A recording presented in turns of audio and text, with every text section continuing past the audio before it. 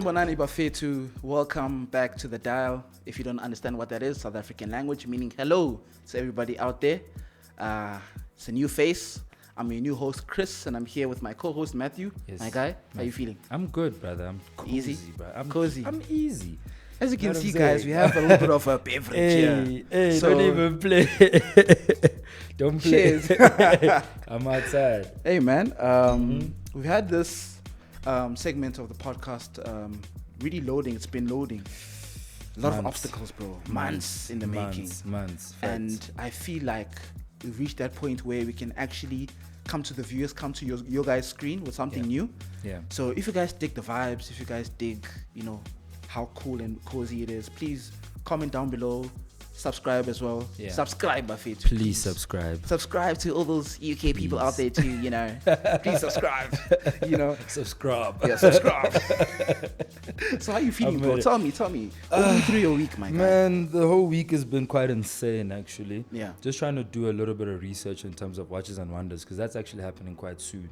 Yes. And, with Omega dropping their latest, like Speedmaster, quite like a week ago. Yeah. That made me a little bit excited for what's going to come the rest of the year for everybody else, because, when Omega starts dropping heat, I feel like everybody else needs to stand up. They're not in the top 5.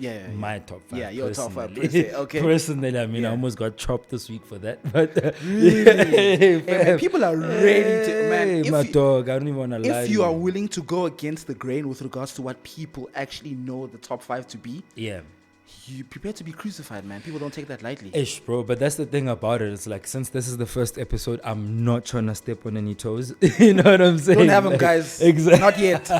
Not yet. Not Give me yet. some time. Give me some time. But man, I feel like it's been a really good week in terms of what's actually been dropping. Yeah. There's been amazing micro brands that have done beautiful things. Just to say, guys, the micro brands that are emerging nowadays is absolutely fantastic. No, it's insane. The other day, if you guys aren't following our social media platforms on Instagram, the Dial Watch Club, please, guys, head over there, have a look. A really, really impressive Japanese independent watchmaker came out with a really interesting watch, in my opinion. In a nutshell, let me just talk about just the complication and the overall design. Aesthetic, very cyberpunk in my opinion, which is out of your normal conventional watch. But I just like the fact that other independent watchmakers out there are really incorporating their own creativity into the craft. That's right. We have your big 3, your Vacheron Constantin, your Audemars Piguet, these really big brands that are basically the pinnacle of what you would consider the watchmaking world. But when you look at other independent small brands really coming up with their own ideas, it's really shining a light to the future, man. And that throws me into one of the more important conversations that I wanted to have with you. Okay. About let's hear it. The fact that Vacheron is within the top 3 and Rolex isn't. That bothers me. I don't want to lie to you, bro. Do you want to go into that? Hey, man, that bothers me. Do you want to go there? I don't feel like we have enough time, but I feel like it's something to dive into. Listen, I think that's actually a very important, important conversation. Yeah. Because for me, it's from the Submariner, from the GMTs, all the way into your Daytonas, all the way into your day dates, your day just. Yeah. It just doesn't make sense how they've got such an amazing catalog and they're not part of the top 3. Yeah. Vacheron, however, come on, bro.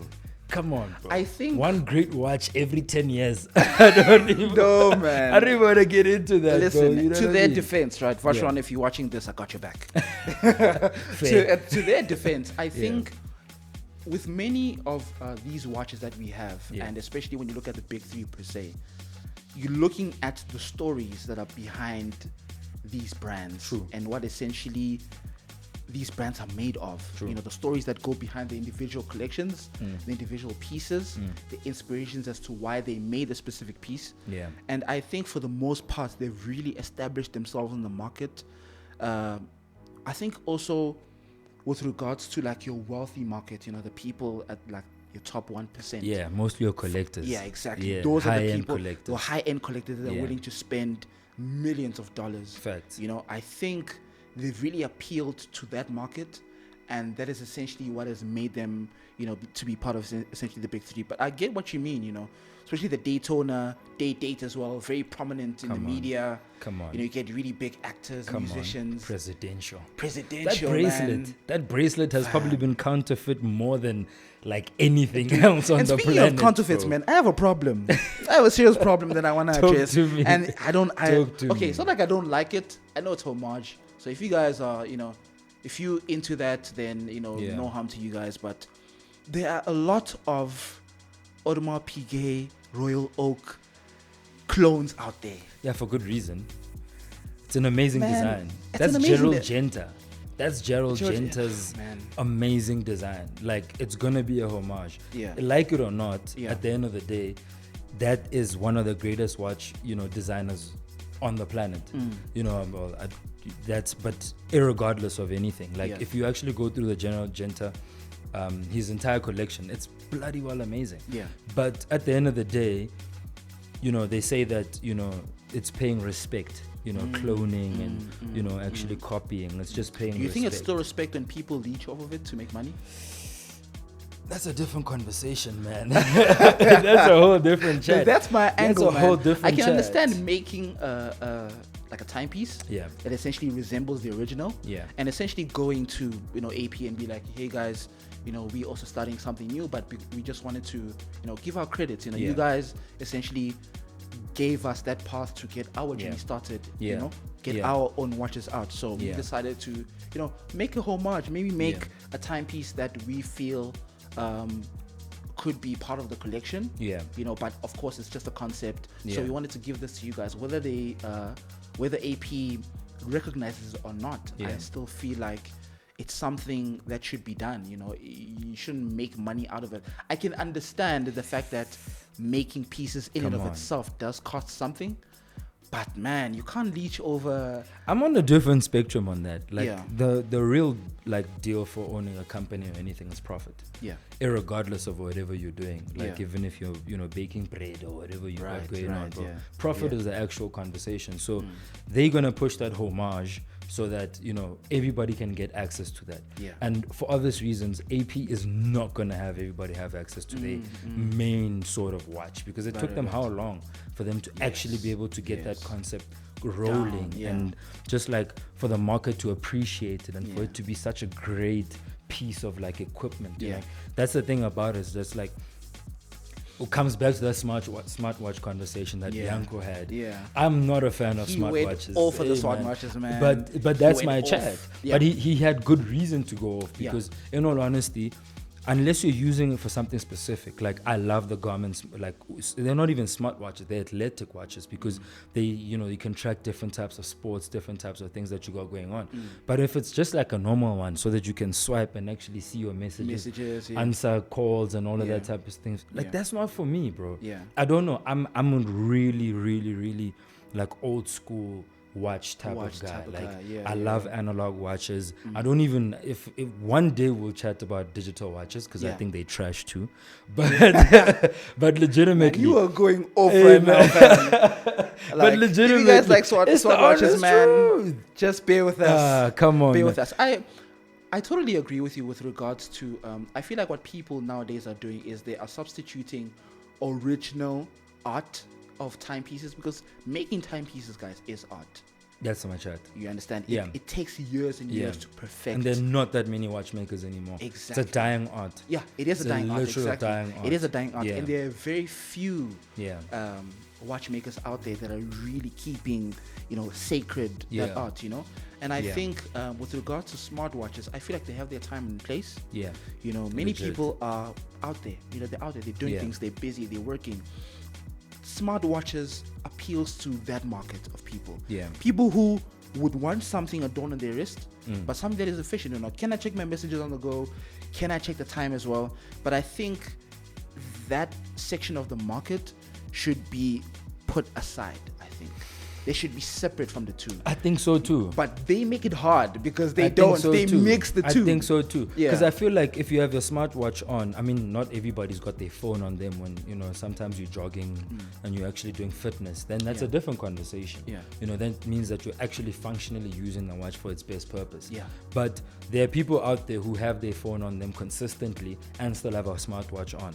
Like, what's the use? You're going to get the same message on your watch that you're going to get on your phone. Yeah. So sometimes I feel that there needs to be a disconnect. Yes. Like, you need to be able to disconnect yourself from like the digital world and actual reality. And people don't do that anymore.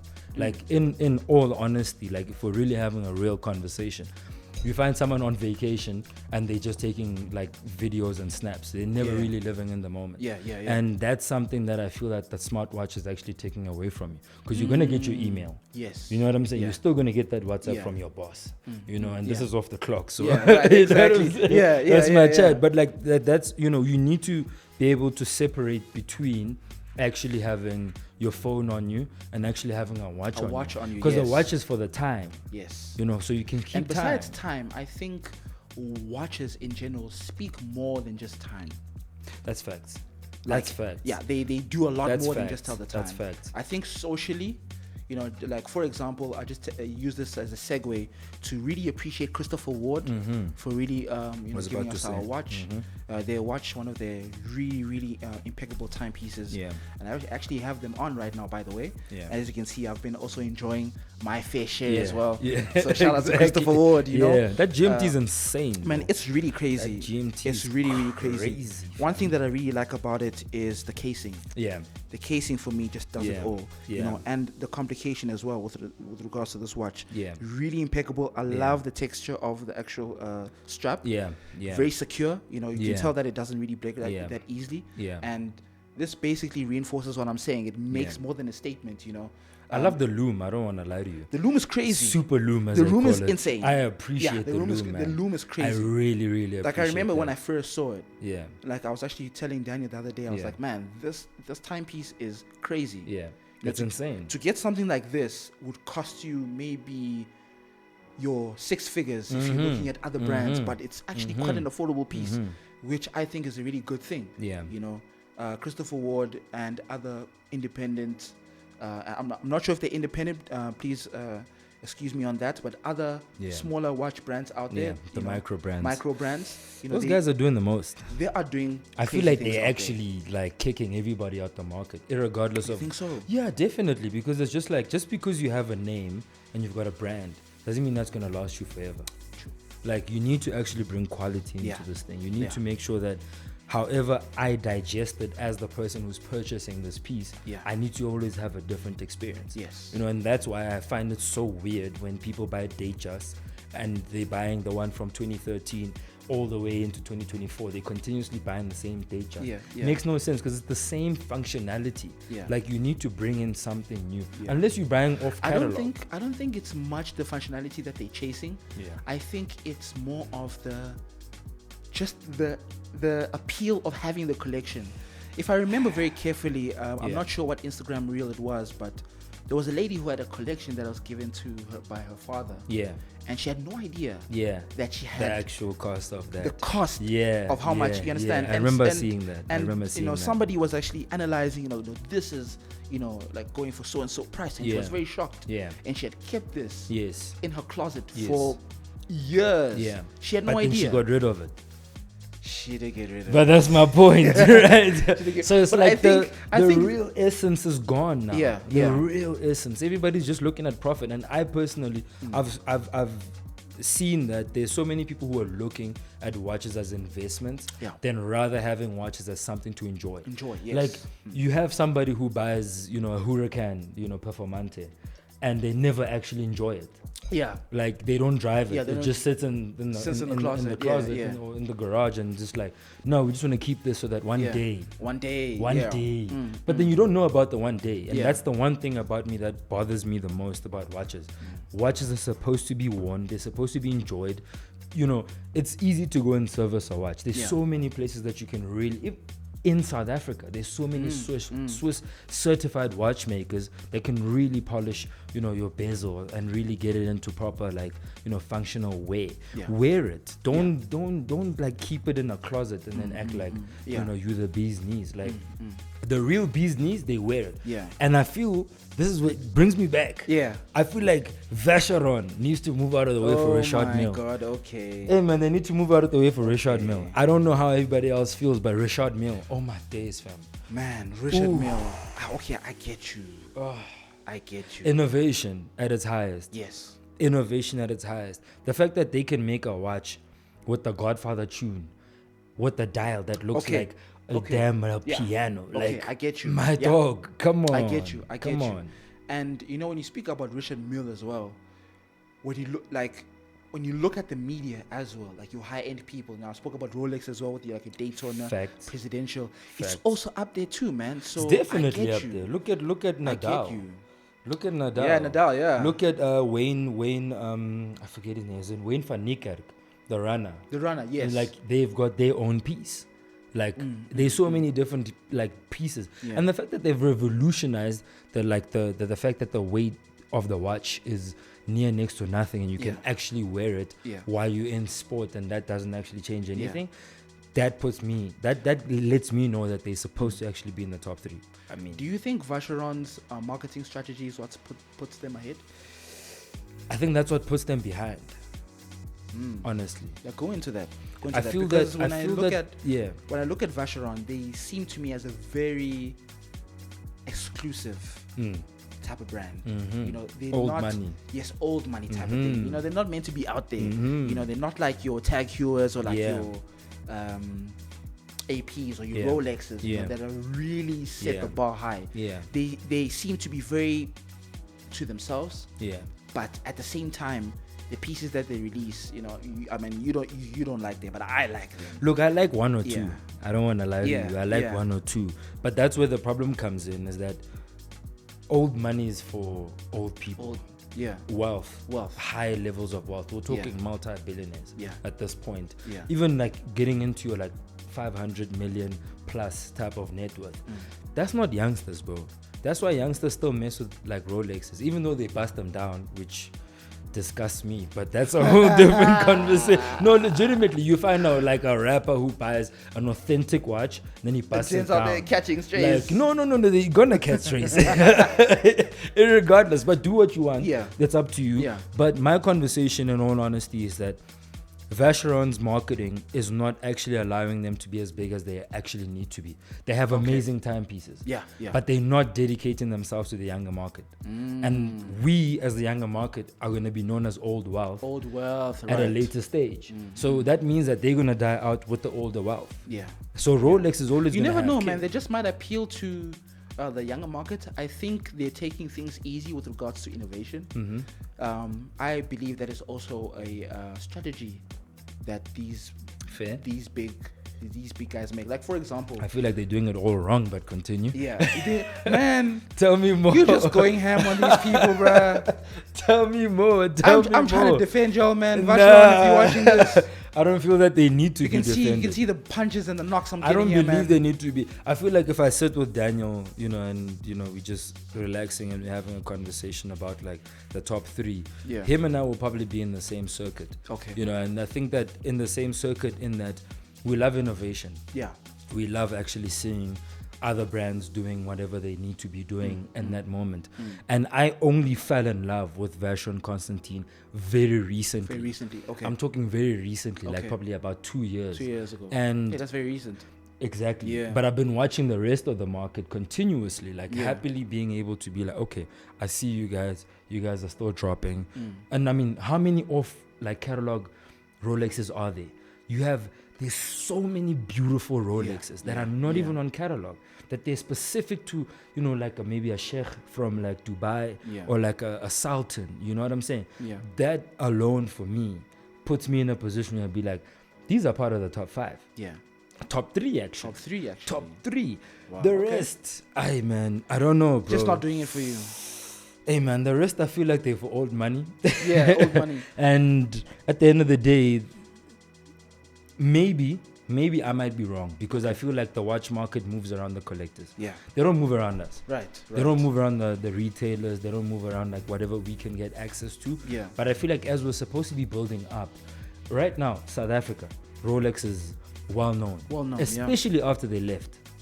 After they left. After they left, like the traction with regards to Rolex just skyrocketed. My point. Yeah. But I think it's always been a thing. Yeah. And then now that they've left the F1, that's a whole different conversation again. So I feel like that's exactly where my point is coming in. Yeah. Where they'll always be part of the news, irregardless. They'll always be known.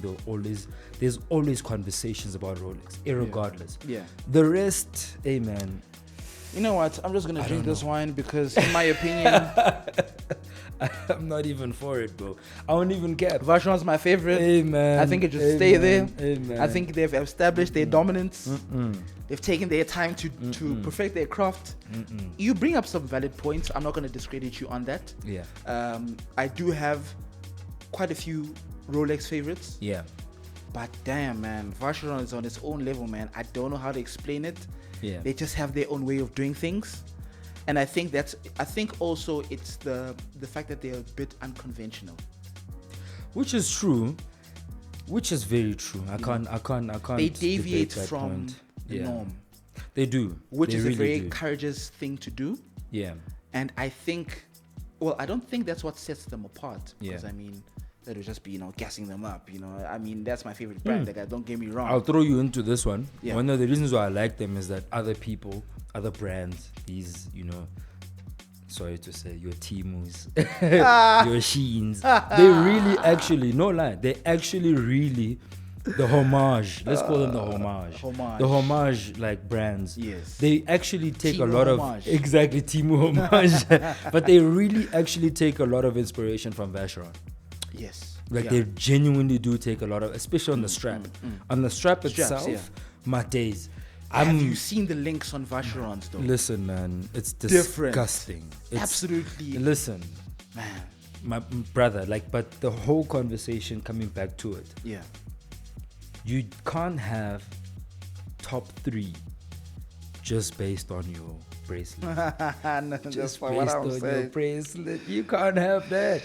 But I don't know. I have never seen them actually do something on the dial that has never been done before. Okay. I've never seen it. Dial and bezel. Yeah, okay. And now you see, in terms of like what AP has done, Yeah.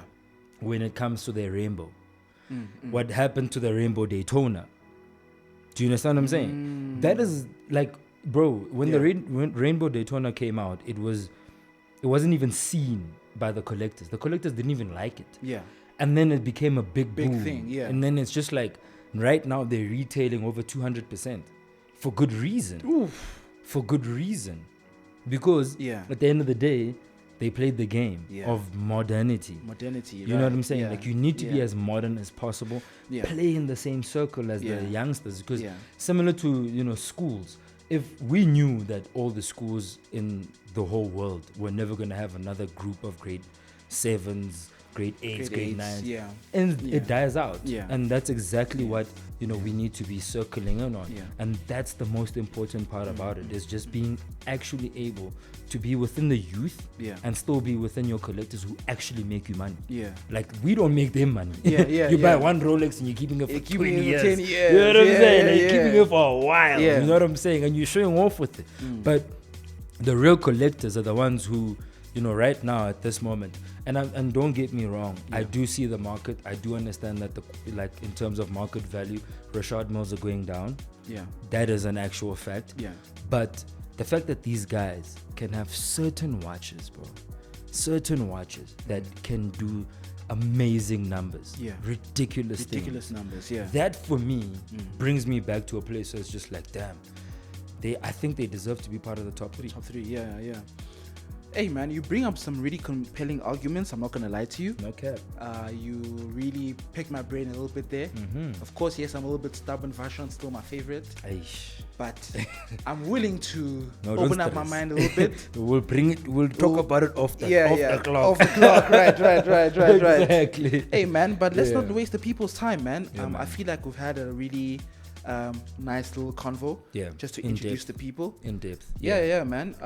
I hope you guys enjoyed it. Yeah. Please let us know in the comments if you guys share your thoughts. have your own opinions, your thoughts as well. We're very eager to hear what you guys have to say as well. Yeah. Because I know the market has a really huge opinion on top 3. Ridiculous. Like, it's crazy. Like, if you see the crazy. Arguments that go on Instagram, hey man, insane, man. I just stay away from it. I just stay away from it. I keep myself out of it because it's just like, I've got my own opinion. Conflict. I have my own opinion. I'm the one taking all the punches. So yeah, no. You gotta fight with him. Don't fight me. But at the end of the day, it's just like what I appreciate is that, you know, like there are people out there who really want to listen to us talk like this. Yeah. And you know, I really appreciate those people so much. Those who have any hate, please share your hate, man. Like, please. We actually benefit from that. So if you keep it to yourselves. I sleep well at night when I know you're hating. Like, you know we're doing something right. You know we're doing something right. And shout out to Christopher Ward as well. Hey, man. Shout out to you guys as well. Shout out to Christopher Ward. Thank you so much for keeping us in mind. Yeah. Thank you so much for considering us as well. Yeah. Here in South Africa, we are quite a niche platform, but we plan on really scaling out. So the fact that you guys have taking us into consideration, really appreciate you guys. No doubt. Yeah, man. And that's it for Off the Clock episode 1. Thank you so much, guys. Shout out to you. From me, Chris, and my host Matthew. Please don't forget to subscribe, guys. Come on. Hit the sub button. Yeah. And turn on your post notifications as well, so that you guys know when we upload. Please. And we will see you in the next episode. Peace.